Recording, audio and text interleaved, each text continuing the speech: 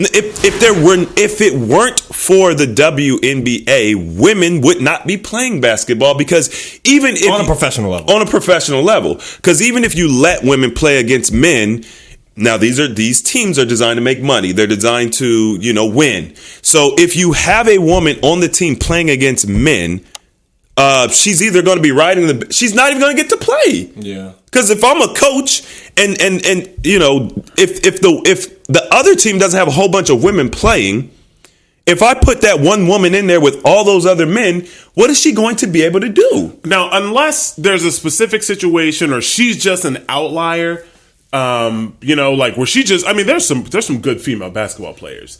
But if you take professional men, like professional NBA versus WNBA, it would be honestly, it would be a massacre. I personally, I wouldn't mind seeing like women play basketball. It would, but I think it'd be a massacre. I think that with basketball, because it's let me not say y'all are wilding right now. No. I'm talking about maybe there's one or two women that can compete.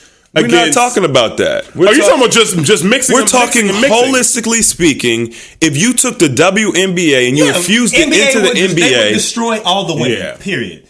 Maybe there'll be some, that have. These men are ridiculous. There'll be some chances. These. So here's the thing about pro athletes.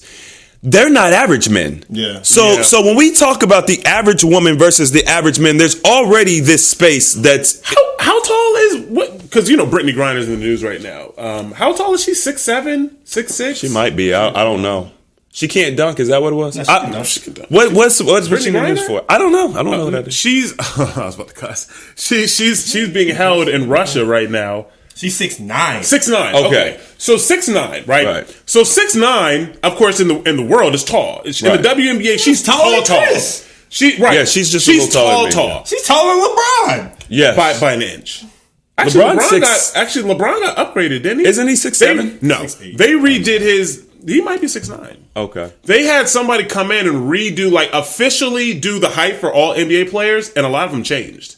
Because they had their teams. He's 6'9"? See, it changed. Because he was 6'8". He got taller, and some players got shorter because they had a company come in and do all the height for everybody because the teams were doing them and they were changing their actual height. Yeah. Okay. So anyway, you have LeBron, who's height wise, he's tall. But he's not the tallest in the NBA. And then you have not even close. You have like Jordan, who's 6'6". He's average height for an NBA player. What is the difference in those inches to like it? I'm saying Brittany Griner is one of the tallest in the NBA at 6'9". WNBA. Okay. WNBA. I think women can compete strictly on skill. I'm not talking about height or strength. So you're talking about 3-point contest. Height makes a difference.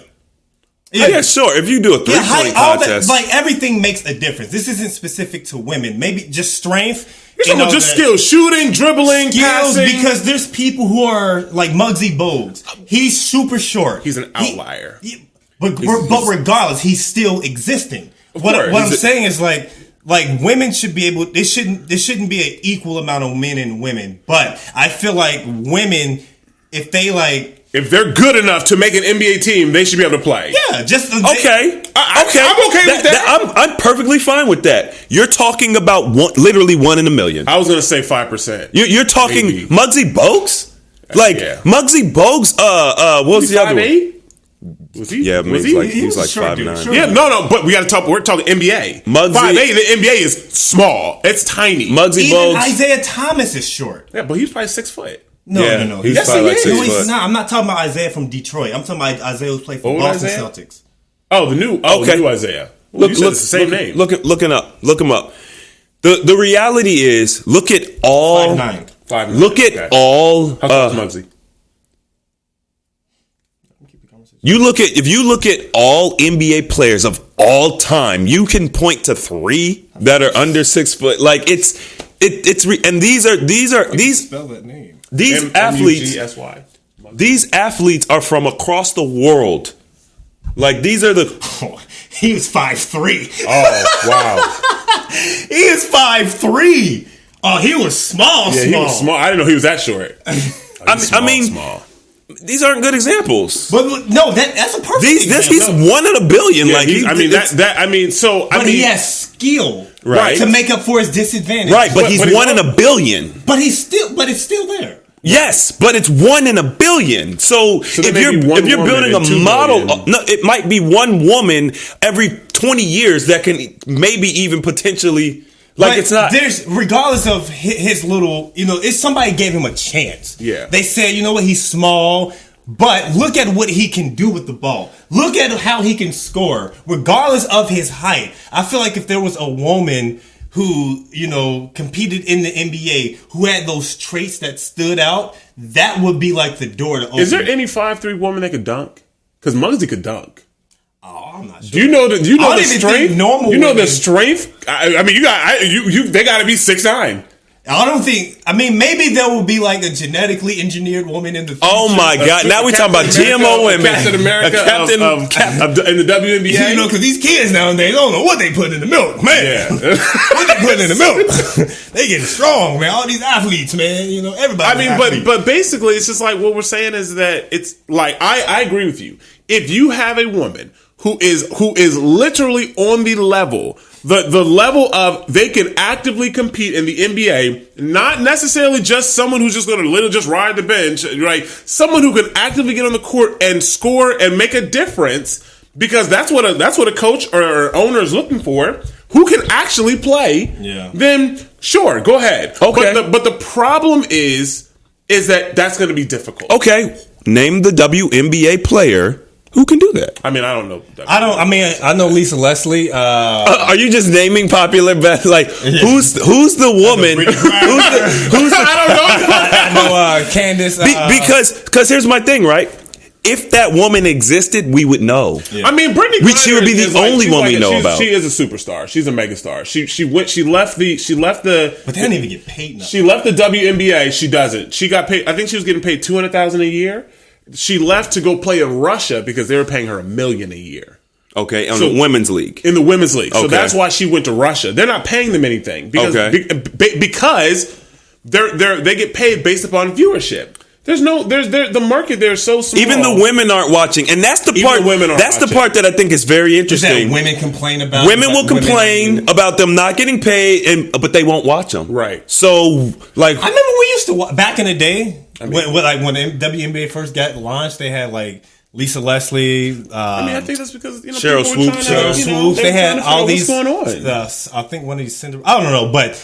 I used to watch it. I used to watch WNBA. Did you? Yeah, I used to watch WNBA. I mean, I love sports, but I used to watch WNBA. I used to go hard with that, watching the Sparks and the Liberty. Bro, you want to see layups all day? Huh? You want to see layups all day? Lamps? Layups. Or jump shots? Are they Steph Curry? I mean, Steph Curry. He's the one who's like reinventing the entire industry. I mean, but I don't care. Hey, man, I'm telling you what, man. When you see D Wade go down there and throw something up to LeBron, and then he brings it back, and then boom, you know what I'm saying? Like, okay, you got what's his name, J. Morant throwing the joint to the man. Like, bro, like that's exciting. This is why people watch the NBA. Yeah, I have nothing against female athletes or women athletes or the WNBA, but it's not as exciting to watch. Period. You haven't even watched it. I have watched it. Okay. You haven't watched it. Okay, Mel, if it's exciting, you should still be watching it. And you should know athletes. I ain't got time for all that. Oh, so you but you can watch D Wade down in honestly, the media, they don't put it for like the prime it's not just slot. The media because because people don't want to watch it. No, it's regardless if they want to watch it or not. It's not in primetime slots or even talked about in debate shows. So if they're having discussions about debates about a particular team, they should just bring them up. They don't bring them up at all into discuss. I mean, I understand the money is involved. No, that makes sense. That makes sense. I don't need an explanation about that. Like that's evident, but. The people have debate shows, they don't bring them up. Or look at Skip Bayless' show that he has with Shannon Sharp. Look at anything that happens on ESPN. They're not on the prime stations to even be in discussion for people to have an awareness of it. Ratings. Ratings. You want to talk about, but you can push something. You can push anything. But like, even if you're pushing it, that doesn't mean I'm going to go start and watch Since this YouTube world clips. is so inclusive, they should push it. I would agree that if the mainstream platforms push the WNBA, they could easily turn it into. But just think about all the diseases that happen. There's always a new something, and the media pumps that. So now it's on everyone's radar. Right. And now everyone's paying more attention on it. Yeah, if they did the exact same thing for WNBA or any kind of women athlete sports, they would be in the minds of people who weren't even thinking about it. I mean, but once again, this goes back to the majority versus the non-majority. It's about what they want to put out there. I think that if they pushed it, I think people would find it entertaining. Because my thing is this: it's equal. It's not women versus men. It's women versus women. So it's going to be competitive, just like watching women run, just like watching them play tennis. It will be competitive. So I would agree. It probably it would be entertaining based upon where it's at. But yes. If you compare the level of entertainment in think about the Olympics. Think how the Olympics is pumped up out crazy. Right. Everyone is watching it every 4 years, I guess, is when it comes. Everyone's watching it. They watch the women do the races, for more than one reason. But they're doing. Y'all got to see them thumbnails. My goodness. But they'll show women running and competing. Like I'm pretty sure everyone is familiar with the name Sha'Carri. You see women's boxing? Do you see women's wrestling? I don't watch men's wrestling. Okay. Do you see do you see women's basketball? Yeah. I mean, I'm saying it's there, but it's not there. In the Olympics. I'm talking about Olympics. In the Olympics. I'm talking about Olympics. I mean, there's a lot of things. You're going to see women's track. You're going to see women's track. You're going to see women's track. You don't even see women's field. You see women's track. But they show the point is that they're highlighting women in general. Yeah. There's no dispute of if they can or cannot do it. It's in the mass media, so it's highlighted, so it's in everyone's focus.